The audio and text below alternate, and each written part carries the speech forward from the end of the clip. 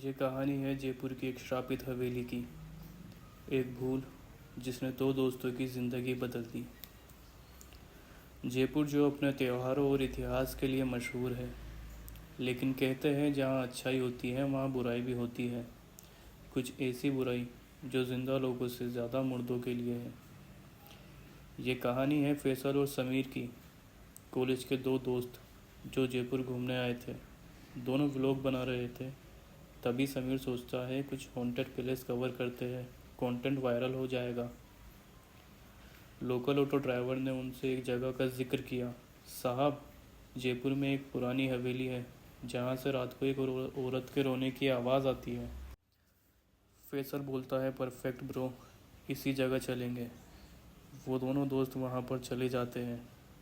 उन्हें दोपहर में तो सब कुछ नॉर्मल लगता है। टूटी फूटी हवेली, जली हुई और थोड़ी डरावनी भी। उन्होंने अपना कैमरा सेटअप किया और हवेली को एक्सप्लोर करने लगे। तभी उन्हें एक कमरा मिलता है और उसके दरवाजे पर लिखा होता है, इस दरवाजे के पीछे मौत है, लौट सकते हो तो लौट जाओ। फैसल ने मजाक में हंसते हुए बोला, मौत भी कंटेंट बनवा देगी, और दरवाज़ा खोल दिया। कमरे के अंदर दीवार पर एक पतला लंबा मिरर था, और जैसे ही वो दोनों मिरर के सामने आए, एक मोमेंट के लिए उनका रिफ्लेक्शन उनसे अलग था। मिरर में उनकी परछाई हिल नहीं रही थी और असल में वो दोनों हिल रहे थे। अचानक मिरर के अंदर उन्हें एक औरत दिखाई देती है। काले कपड़े, लाल आंखें और कटा हुआ गला।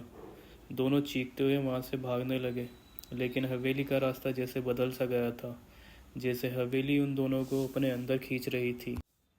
किसी तरह समीर वहाँ से बच निकला, लेकिन फैसल को उस औरत ने उसी कमरे के अंदर खींच लिया था।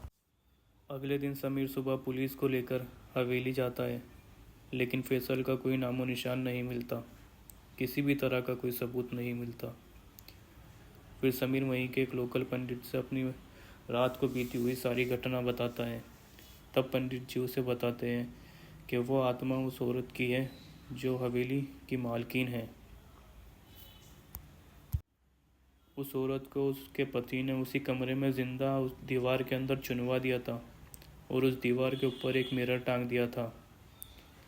उसका दोस्त फैसल जब तक वापस नहीं आ सकता, तब तक उस औरत को कोई दूसरा इंसान ना दिया जाए।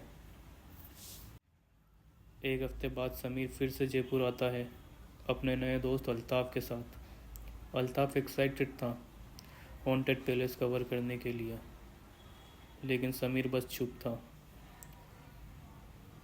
आप भी जब भी जयपुर आए और आपका दोस्त आपको पुरानी हवेली लेकर जाने की बात कहे, तो सोच लीजिएगा, आपकी दोस्ती किसी और के हिस्से का बदला बन रही है।